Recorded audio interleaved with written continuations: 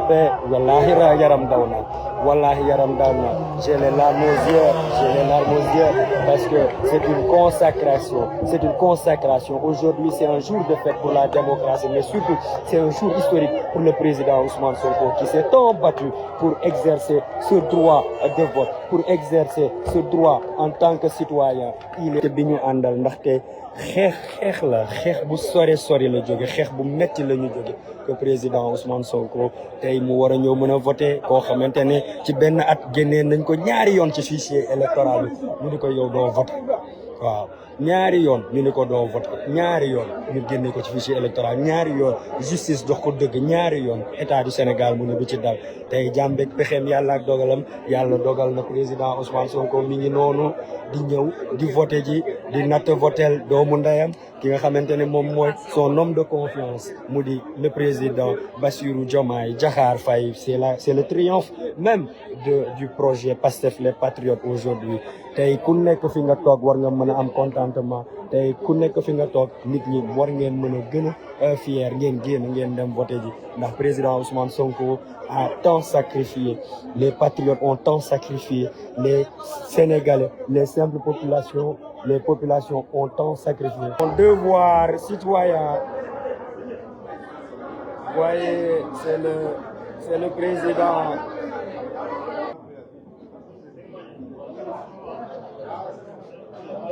Et le président Ousmane Sonko qui se fait enregistrer comme tout citoyen, tout électeur. La vérification Ousmane Sonko, vérification faite.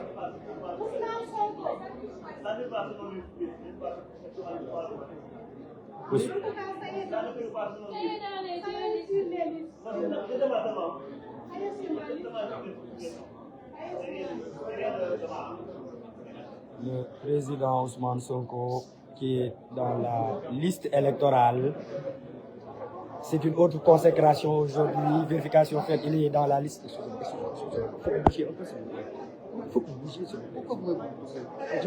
Le choix des bulletins et tout le monde attend le président Ousmane Sonko, toujours aussi taquin. Et le président Ousmane Sonko qui est en train de choisir les différents bulletins. Il est en train de prendre le choix des bulletins, le bulletin de Bassirou Diomaye Faye qui est en haut, le bulletin de Bassirou Diomaye Diakhar Faye qu'il place à la première place. Il va s'isoler, comme on dit.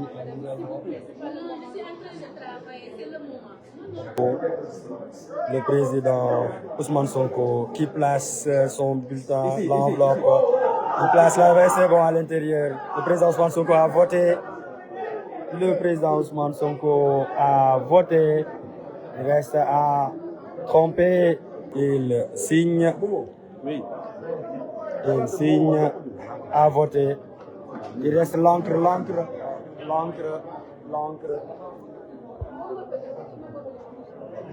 Donc,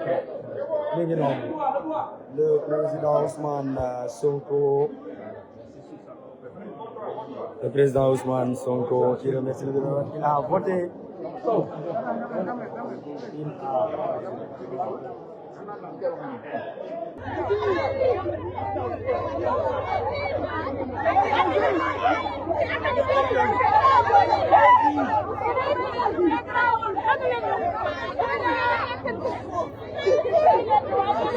C'est une journée qui démarre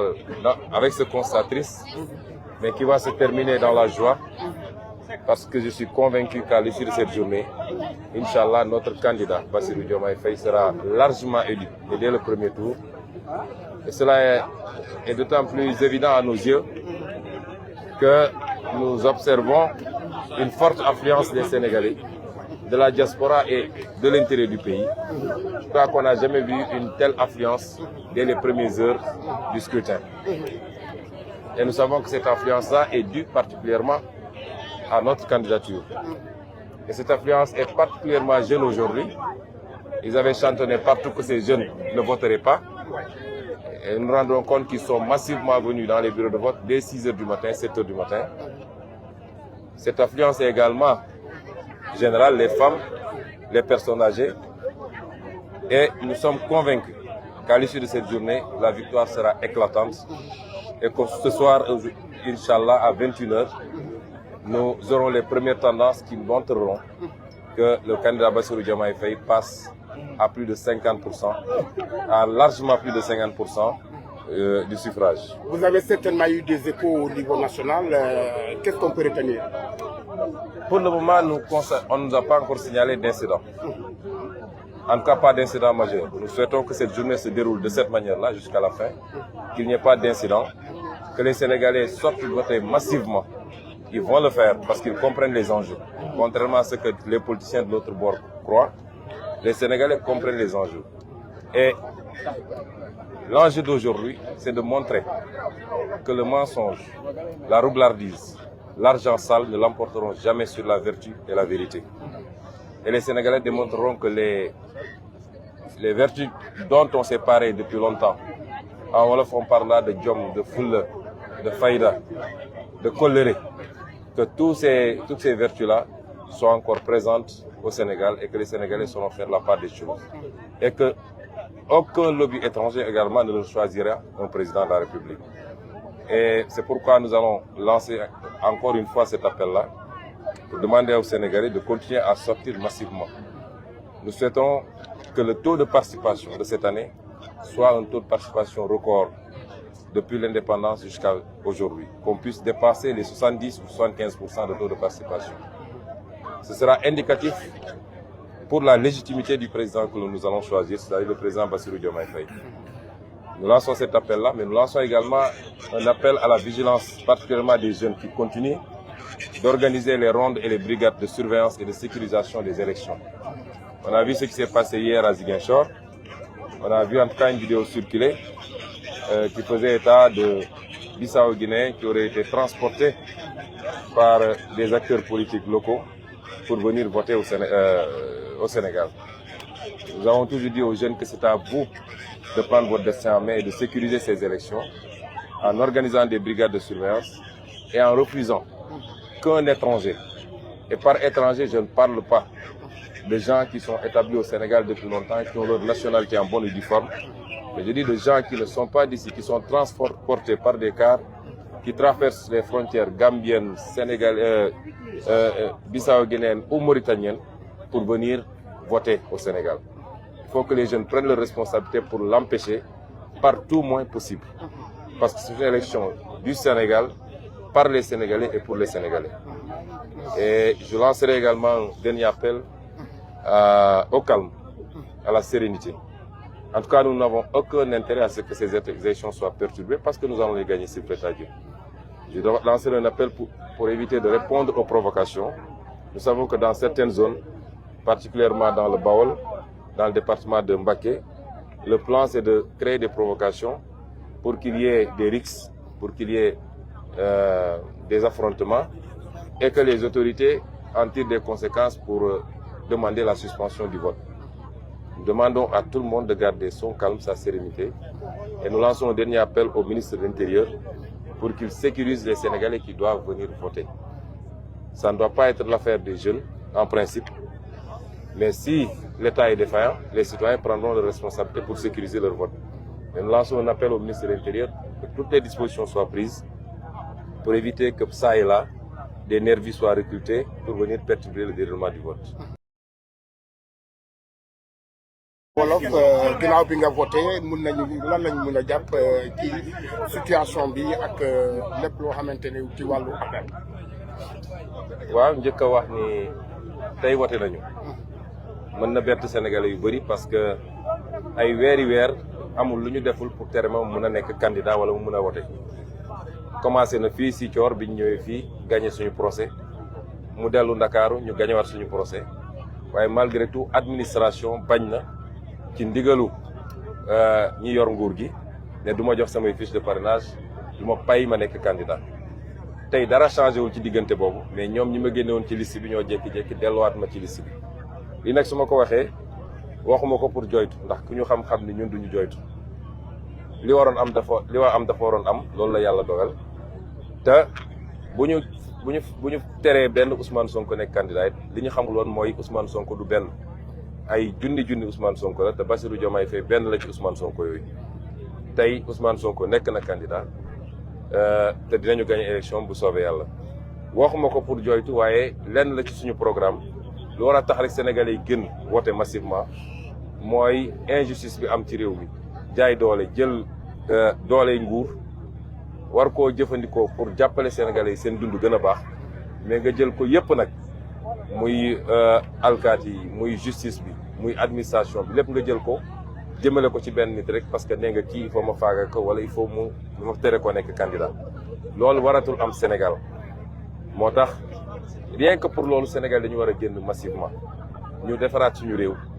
jëlee fi lépp loo xam ne day andi noonoo ak en jubalewaat Sénégalais yi nangu adversité nangu ni man war naa mën a jiite keneen war na mën a ne ànduma ak moom mais ñu def ko ci fair play def ko nekk ay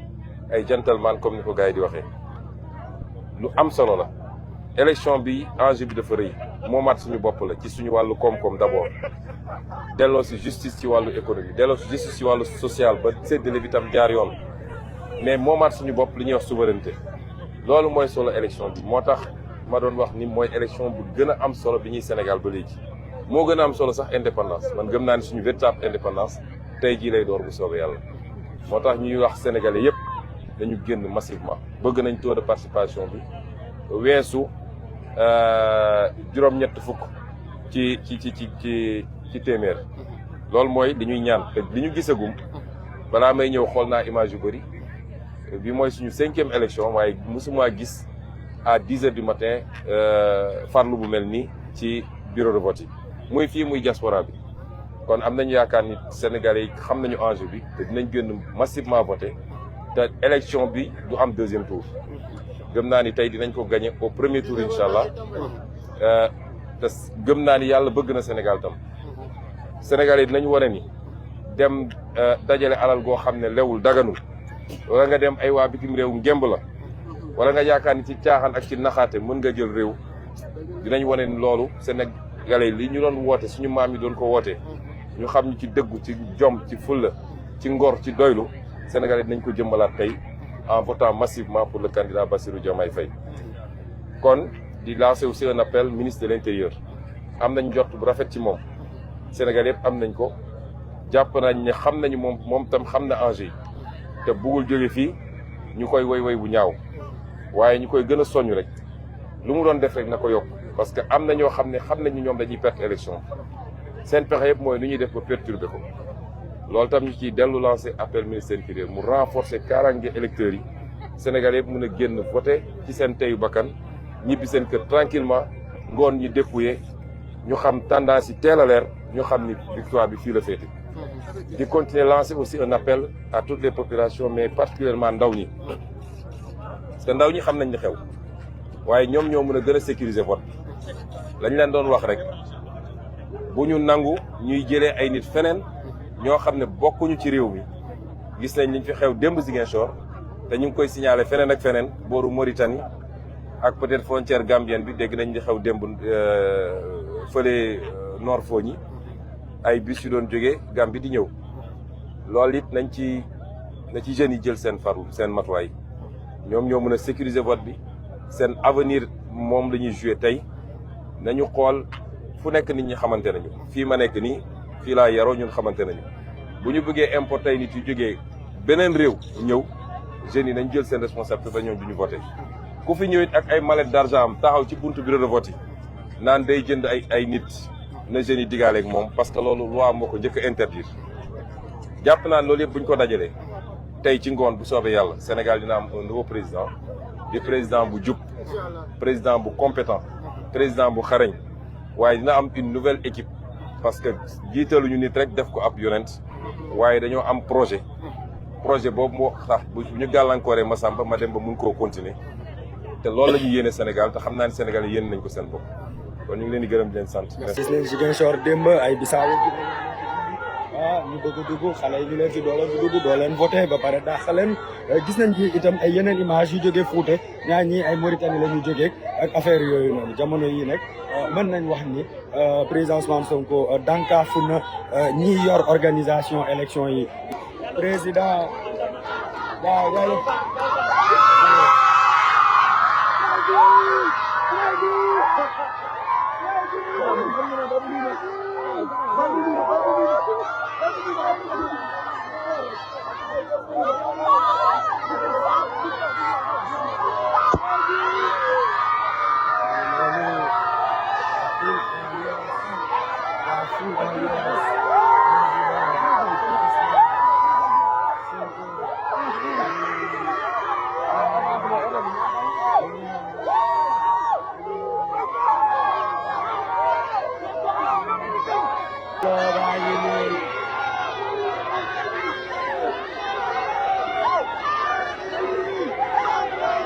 mbooloo waa ngi noonu Ziguinchor a ngi noonu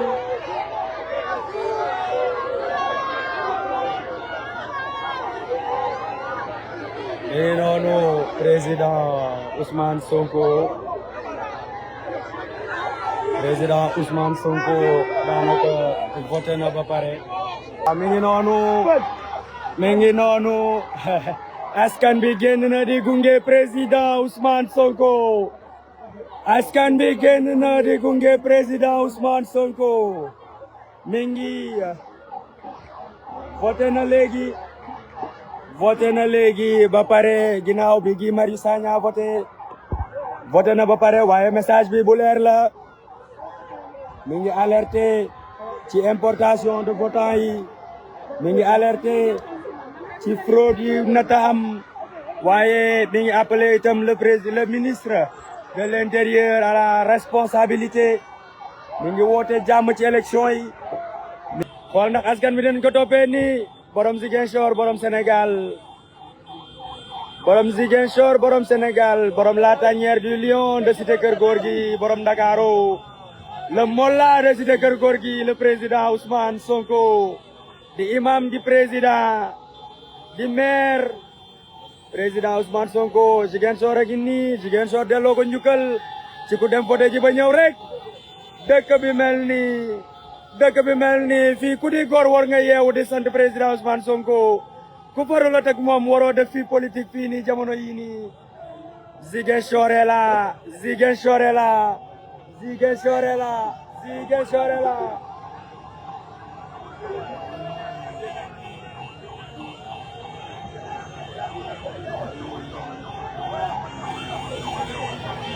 président Ousmane Sonko. Salaamaaleykum.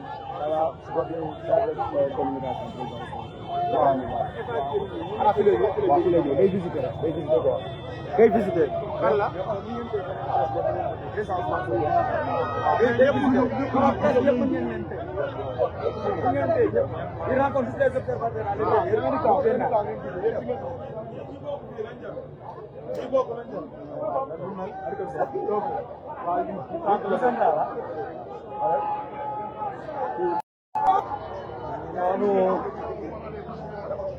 mi ngi noonu président Ousmane Sonko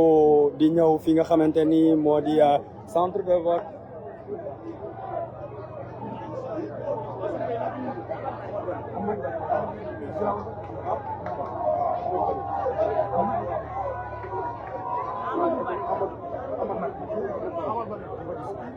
mi ngi noonu centre Amat Barry avec le président Ousmane Sonko fii nag bilan d'étape la rek dafay ñëw def fi benn visite bu ndaw boo xamante ne juste en tant que ki nga xamante ne moo di responsable fii nii à Ziguinchor doit itam rencontrer des observateurs qui s'y trouvent. C'est une simple visite de formalité daal di xool nu mu demee rang yi da ngeen def nii gars sécurité bu ñëwee day métti de da ngeen def nii rek gars yi dañ leen di pam quoi. Donc président Ousmane Sonko ñëw ci centre Amat Barry juste une visite boo xamante ne da koy def rencontrer les observateurs aussi qui sont sur place ginnaaw bi mu voté fële nga xamante ni moo di école des jeunes filles mu woote waat def appel bu am solo à l'endroit du ministre de l'Intérieur woo ko ci li nga xamante ni moo di responsabilité parce que le monde regarde l'histoire écrit ki nga xamante ni moo di Matar Cissé président Ousmane Sonko li mu ko wax leer na waaye itam alerté na ci ay pratiques yoo xamante ni dañ ko baaxoo ñi nga xamante ni ñoom ñoo di waa nguur gi